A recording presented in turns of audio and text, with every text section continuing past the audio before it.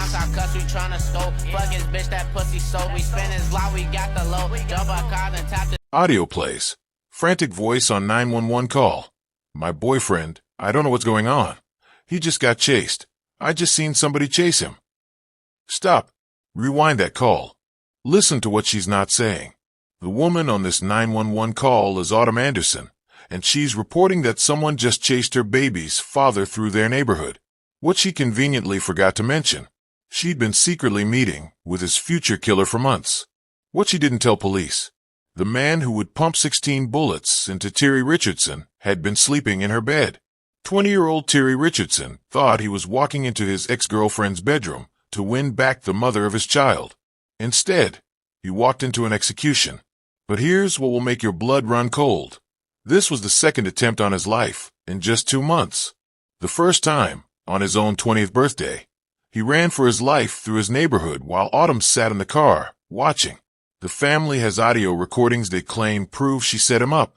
Not once, but twice. Autumn Anderson fired back with an hour-long YouTube confession that was supposed to clear her name.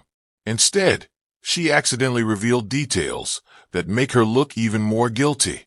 She admits to meeting with the killer while living with Terry. She admits to giving him their address. She admits the killer called her the exact moment she broke up with Terry. 2 years later, a grieving family is demanding answers, and a young mother is fighting for her reputation. One of them is lying. By the end of this video, you'll know which one. Before we continue with the story, I need to ask you something that's been weighing on my mind. Terry Richardson was just 20 years old when his life was cut short. His son Cody will grow up without a father. If you're someone who believes that victims deserve to have their stories told completely and truthfully, not just the sanitized version the media gives you, then prove it. Hit that subscribe button right now. Because if you're just here to consume this tragic story without supporting the channel that brings you the full truth, then ask yourself, what does that say about you? And if you're not going to subscribe, at least have the courage to tell me why in the comments. I'll wait. Terry Richardson wasn't just another young man from Maryland with big dreams. At 19, while most of his peers were figuring out college or dead-end jobs, Terry had already launched his own food truck business called Despot 301. He was serving soul food across Prince George's County, building something real with his own hands. His family watched with pride as their son turned his entrepreneurial vision into reality, one customer at a time. But Terry's heart belonged to music. Under the stage name FSO Gunk, he was carving out his place in the local rap scene, dropping tracks that showcased his raw talent and authentic storytelling.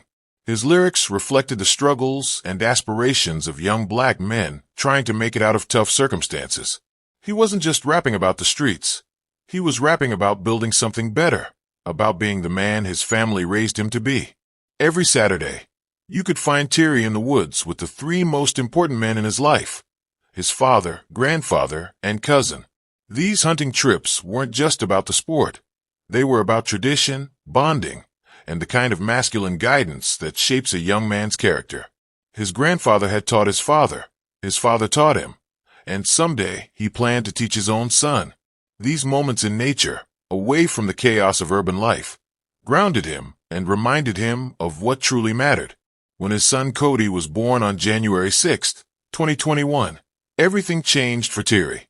He wasn't just a young entrepreneur and aspiring rapper anymore. He was a father. Friends and family watched as this young man stepped up to the responsibility with a maturity that impressed everyone around him. He was hands-on, waking up for midnight feedings, changing diapers, and making sure his son never wanted for anything. But fatherhood also meant navigating the complicated relationship with Cody's mother, Autumn Anderson.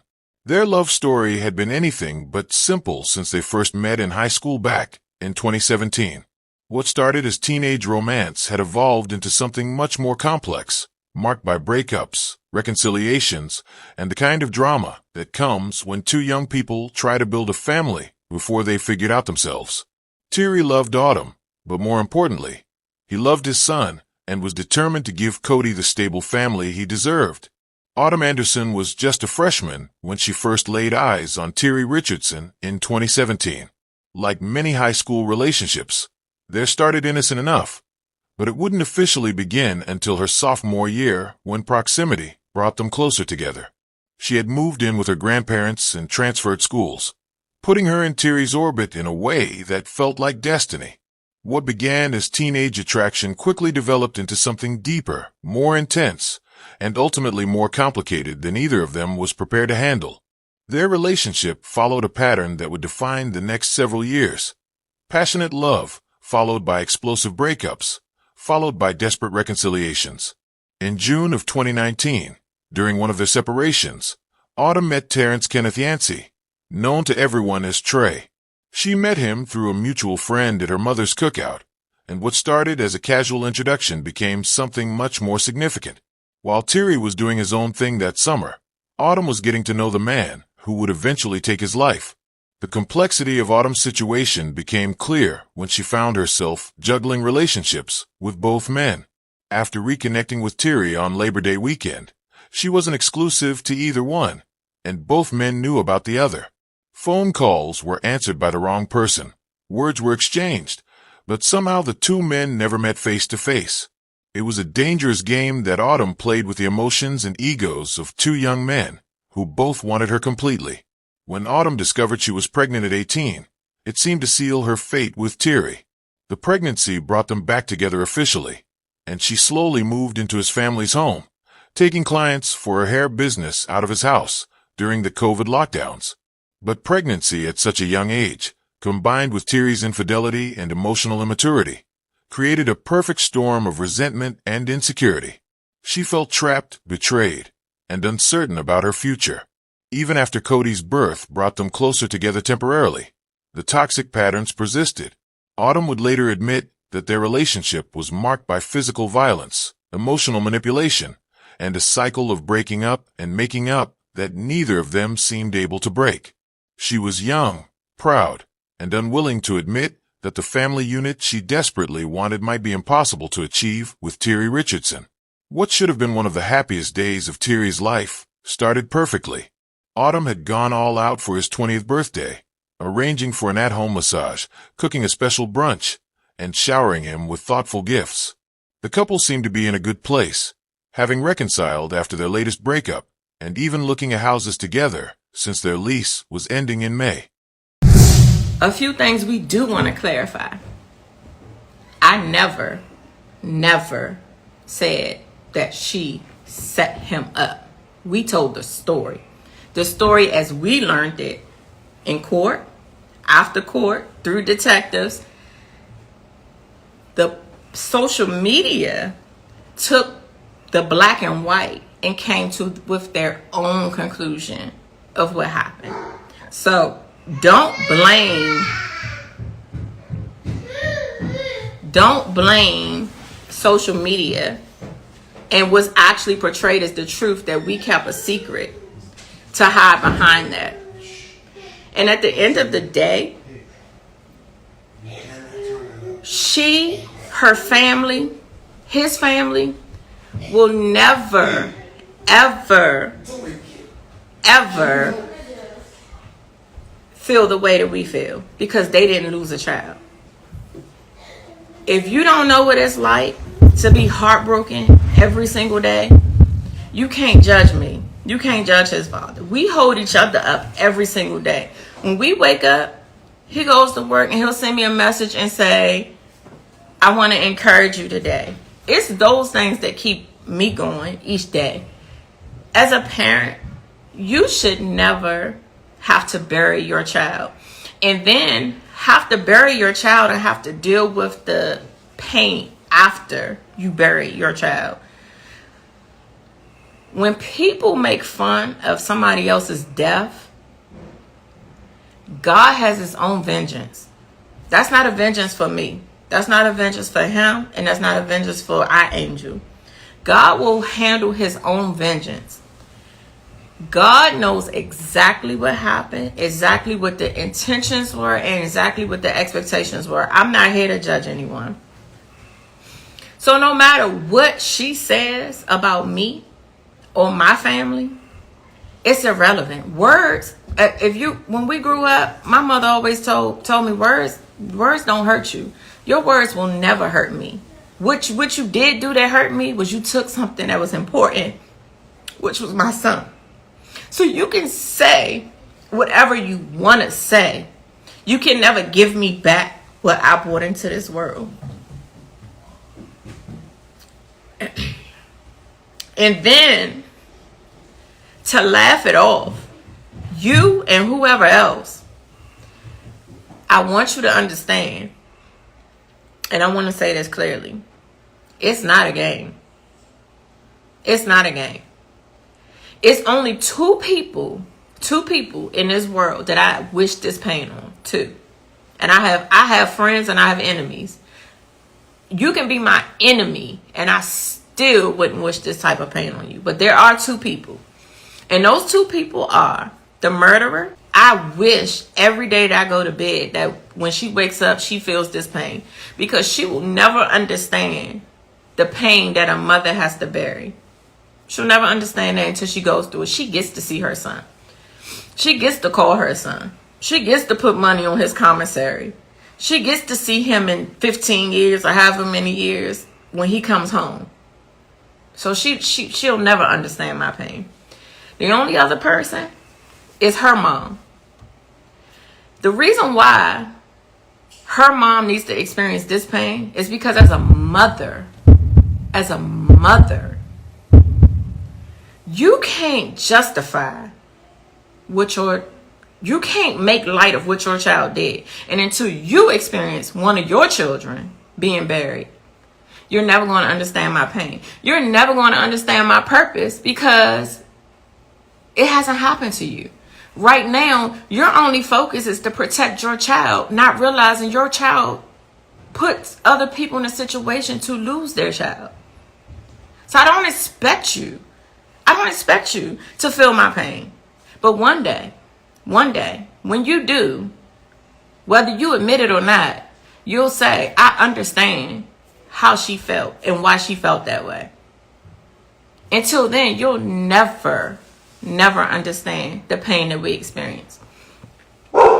So again, I personally want to thank everybody that has reached out. My God, the support, the state's attorney, the support of people calling in is unbelievable. Unbelievable. The detectives knew what they were dealing with. Sometimes timing is everything, right? Timing is everything. So we decide to celebrate Tyree's life, his legacy. You feel like you have to defend yourself. And in defending yourself, you actually tell some of the truths that was never told before. And what you have to realize, you should never forget what you say or do. Because one thing is, when you're honest, the truth is the truth. Whether it's now or 2 years later, you're never going to forget what you say. When you're not honest, you end up telling on yourself. And you end up telling the truth. So whatever that may be, I'm going to pray for you. Because you need it. And at the end of the day, what's coming, you deserve. Now,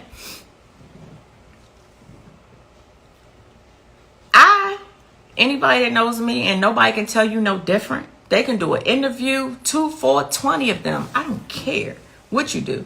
One thing you'll never be able to do in those interviews is pull any black and white on what Tyree's mother, ever said in a disrespectful manner to anybody. I always kept a clear conscience for the support of my son and his memory. I never, ever, whether I felt it or not, whether I believed it or not, I never, ever called you out your name, disrespected you, said anything negative about you, ever. And I don't have no reason to lie. I'm 45 years old. Now, ask me today, no, I don't like you. Now I watch what has happened. I absolutely don't like you. And I understand why you felt like I shouldn't have liked you. Because you always felt in your guilty conscience, you always felt that his family didn't like you. Now I see why. And I don't. And the world knows it now. Prior to this moment, I never felt that way. But now that you showed me who I always knew you were, I'm letting you know I don't. And I understand why you will have to lie and portray that my family is this evil people that we were never were to you. You live with us. You didn't live with your parents. You didn't live with your family. You lived with us. We took care of you when you had nobody else to take care of you. We never turned our back on you when you had nobody else. Let's be absolutely clear. Your mother wasn't there. I didn't meet your mother till 2 years after you was with Tyree. If we're telling the truth, let's tell it. You were in my house. You ate my food. You laid in my bed. And then to say that this family who took you in as their own are these evil people, you're absolutely crazy. And I hope that you get the help that you absolutely deserve, because you need help. You need a lot of help. Because in your mind, what you believed about us is what we should have believed about you. And that's what you have shown us. You've shown us all of these mean things that you and your family have portrayed against my family is how we should have felt. How we should have felt. And thank you for showing me that. Because sometimes it takes time to show people who you absolutely are. But one thing is, once you show me once, you don't never have to show me again. Ever. Because I understand exactly what's in front of me. The 911 call that followed the shooting was filled with panic and chaos. Autumn's voice, shaking with what sounded like genuine shock, reported that someone had been shot at her mother's house on Overlook Court. Emergency responders rushed to the scene, but it was already too late for Terry Richardson. The young father who had entered that house with hope in his heart was pronounced dead, his body riddled with 16 bullet wounds. Within hours, law enforcement launched one of the largest manhunts in Calvert County's recent history. Police flooded the Dunkirk area, bringing in canine units, helicopters, and specialized tracking equipment to locate Terrence Kenneth Yancey. His photograph was released to the public with warnings that he was armed and extremely dangerous. The entire community was advised to stay indoors, while officers combed through wooded areas and residential neighborhoods. 24 hours after the shooting, Trey was finally captured in a wooded area near Rivershore Drive, not far from where he had committed the murder. He was found hiding among the trees, exhausted and defeated after a day of running from the inevitable. His capture brought relief to a terrified community, but no comfort to the family that had lost everything. For Terry's family, the nightmare was just beginning. They had lost a son, a brother, a father, and a friend in the most violent way imaginable. As they struggled to process their grief, they also had to grapple with the devastating realization that the woman they had welcomed as family might have played a role in setting up the man they loved. When Autumn Anderson took the witness stand during Trey's trial, her testimony revealed details that raised more questions than answers. Under cross-examination, she admitted that she had met the defendant while she was still living with Terry in their Crofton townhouse. This wasn't a chance encounter after their breakup, as she had previously suggested, but a deliberate meeting that happened while she was supposedly committed to building a family with Terry. The admission sent shockwaves through the courtroom and gave Terry's family their first real glimpse into the deception that had been happening under their noses. Perhaps the most damaging revelation was Autumn's account of how Trey had contacted her after her breakup with Terry. She testified that Trey called her from a blocked number at the end of December 2021, just as her relationship with Terry was falling apart. When pressed about this timing, Autumn claimed it was purely coincidental that Trey reached out right when she needed emotional support. But the defense and Terry's family found it impossible to believe that after years of no contact, Trey just happened to call at the exact moment Autumn became available. The prosecution also established that Trey knew the address of the Crofton townhouse where Terry and Autumn had lived together. This knowledge wasn't something he could have gained casually. It required specific information that only someone close to the situation would possess. Autumn's admission that she had given Trey access to their home address while living with Terry painted a picture of ongoing betrayal that went far deeper than anyone had imagined. Timeline discrepancies in Autumn's testimony became increasingly apparent as the trial progressed. Her account of when she met Trey, when they stopped talking, and when they reconnected didn't align with evidence presented by the prosecution. These inconsistencies suggested that Autumn's relationship with Trey had been more continuous and coordinated than she was willing to admit under oath, raising serious questions about her role in the events that led to Terry's death. After a week-long trial that exposed the toxic relationships and deadly betrayals surrounding Terry Richardson's death, the jury reached a verdict that shocked many observers. Instead of first-degree murder, Terrence Kenneth Yancey was convicted of voluntary manslaughter, along with reckless endangerment and firearms violations. The distinction between murder and manslaughter would prove crucial in determining how long Trey would spend behind bars. The jury's decision suggested they believed the killing was committed in the heat of passion rather than with premeditated intent, despite the 16 shots fired and the evidence of planning. On July 28, 2023, Calvert County Circuit Court Judge Marcus Chandley sentenced Yancey to 18 years of active incarceration. Because manslaughter is classified as a crime of violence under Maryland law, Yancey would be required to serve at least half of his sentence before becoming eligible for parole. This meant that the man who killed Terry Richardson could potentially be free in just 9 years, while Terry's son Cody would still be a teenager when his father's killer walked out of prison. The sentencing brought little comfort to Terry's devastated family, who felt that justice had not been fully served. They had hoped for a murder conviction that would have carried a much longer sentence, possibly life in prison. The family's disappointment was palpable as they watched the man who had destroyed their lives receive what they considered a lenient punishment. 18 years felt inadequate for taking the life of a young father who had so much potential and so many dreams left unfulfilled. Assistant State's Attorney Christopher J. Monty had successfully prosecuted the case, but even he acknowledged that the outcome left questions unanswered. Judge Chandley's sentencing reflected the jury's verdict, but it also highlighted the complexities of a case where the full truth about planning and coordination might never be known. For Terry's family, the legal proceedings were over, but their fight for the complete truth was just beginning. 2 years after Terry Richardson's death, his family made a decision that would reignite public interest in the case and divide their community. In 2024, they broke their silence on social media, using Terry's Instagram account to share their version of events and make explosive allegations against Autumn Anderson. The posts weren't just expressions of grief. They were detailed accusations that painted Autumn as someone who had actively participated in setting up Terry for murder. The family's decision to go public came after months of frustration with what they saw as an incomplete investigation and an inadequate trial outcome. The allegations contained in these posts were devastating and specific. The family claimed they had evidence that Autumn had coordinated with Trey not once, but twice, to harm Terry. They suggested that the birthday attack in April was a failed first attempt, and that the June shooting was the successful completion of a plan that had been months in the making. The posts included references to inconsistencies in Autumn's court testimony versus her later public statements, suggesting she had lied under oath about her involvement. The community's reaction was swift and polarizing.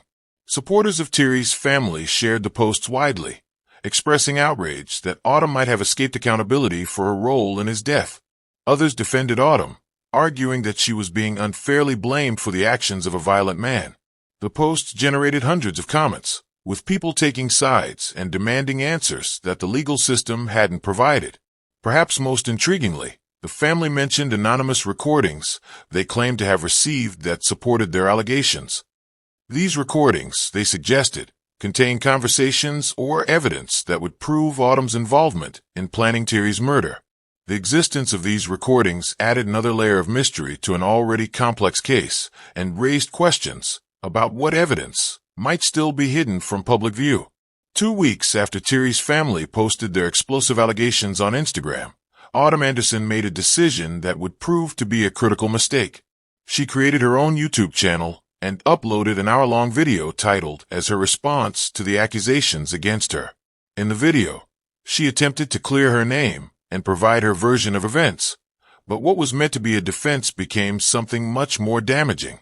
Her decision to go public with such a detailed response suggested she felt cornered and desperate to control the narrative surrounding Terry's death.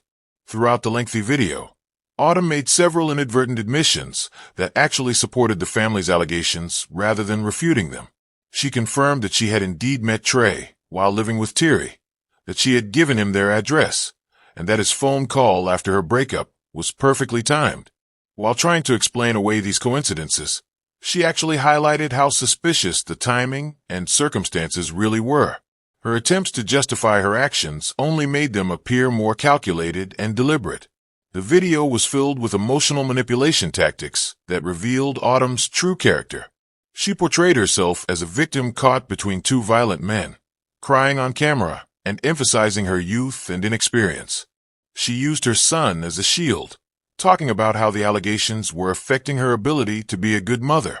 Her performance seemed designed to generate sympathy rather than provide honest answers about her role in the events that led to Terry's death. Most damaging of all, Autumn revealed additional details that raised even more questions about her involvement.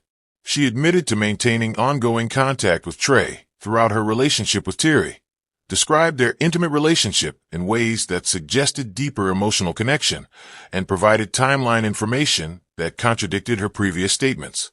Rather than clearing her name, the video became evidence of her deception and possible complicity in Terry's murder. The tragedy that befell Terry Richardson didn't happen in a vacuum. It was the culmination of multiple warning signs that went unrecognized or unaddressed by everyone involved.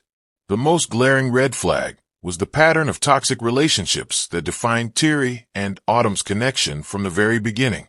Their cycle of passionate reconciliations, followed by explosive breakups, created an environment where violence and betrayal became normalized rather than deal breakers. When physical abuse entered their relationship in January of 2022, it should have been the final warning that their dynamic was dangerous and potentially deadly. The involvement of multiple parties who all knew each other created a perfect storm of jealousy, competition, and revenge. Autumn's decision to maintain relationships with both Terry and Trey while they were aware of each other's existence was a recipe for disaster. The interconnected nature of their social circle meant that personal conflicts couldn't be contained or resolved privately. Instead, they festered and escalated until violence became inevitable. Perhaps most tragically, the support systems that should have protected Terry failed him completely. His family loved him, but couldn't see the full extent of the danger he was in because he kept many details of his relationship problems private. His friends, including those who lived with him, were either absent during crucial moments or potentially complicit in the betrayal. The role of social media and modern dating culture cannot be ignored either. Platforms that were supposed to connect people instead became tools for manipulation, surveillance, and coordination of violence. Early intervention in domestic violence situations could have saved Terry's life if the warning signs had been properly recognized and addressed. When Terry physically assaulted Autumn in January 2022, it should have triggered involvement from law enforcement, social services, or domestic violence counselors. Instead, both parties treated it as just another bump in their rocky relationship. Professional intervention could have helped them understand that their relationship had crossed a line from toxic to dangerous. Better communication and conflict resolution skills might have prevented the deadly confrontation on June 13th. If Terry had been able to accept that his relationship with Autumn was truly over, he might never have gone to her mother's house that night. If Autumn had been honest about her involvement with Trey from the beginning, the element of surprise and betrayal that made the situation so volatile could have been avoided. The importance of cutting toxic ties cannot be overstated in this case. Both Terry and Autumn should have recognized that their relationship was destructive and ended it permanently after the physical violence occurred. Community support systems that could have helped them navigate co-parenting without romantic involvement might have provided a path forward that didn't end in murder. The most heartbreaking consequence of this tragedy is that Cody Richardson will grow up without ever knowing his father. He'll never hear Terry's voice encouraging him, never learned to hunt with him like Terry did with his own father and grandfather, and never witnessed the dreams his father had for building a legacy together. Every milestone in Cody's life will be marked by absence, birthdays, graduations, and achievements that Terry will never see. The generational cycle of father-son bonding that meant so much to Terry has been permanently broken by 16 gunshots in a Dunkirk bedroom. Terry's family remains torn apart by grief and unanswered questions that may never be resolved. His parents, siblings, and extended family are left to wonder what really happened in the months leading up to his death and whether justice was truly served. The 18-year sentence feels inadequate when measured against a lifetime of memories they'll never make, and a grandson who will grow up asking questions about the father he barely knew. Their fight for truth has become a second full-time job, one that brings pain but also purpose to their shattered lives. The community that once knew Terry as the young entrepreneur with the food truck and big dreams is now divided over competing narratives about his death. Some believe Autumn Anderson was an innocent victim caught between two violent men, while others are convinced she orchestrated the events that led to murder. Social media has amplified these divisions, turning a family's grief into public entertainment and reducing a complex tragedy to hashtags and hot takes. The ongoing fight for justice continues 2 years after Terry's death, with his family refusing to let his story be forgotten or sanitized. They believe there are still secrets to be uncovered, recordings to be analyzed, and accountability to be demanded from those who may have escaped consequences. Terry Richardson died believing he was fighting for his family. He left behind a son who will never know his father's voice, his laugh, or his dreams.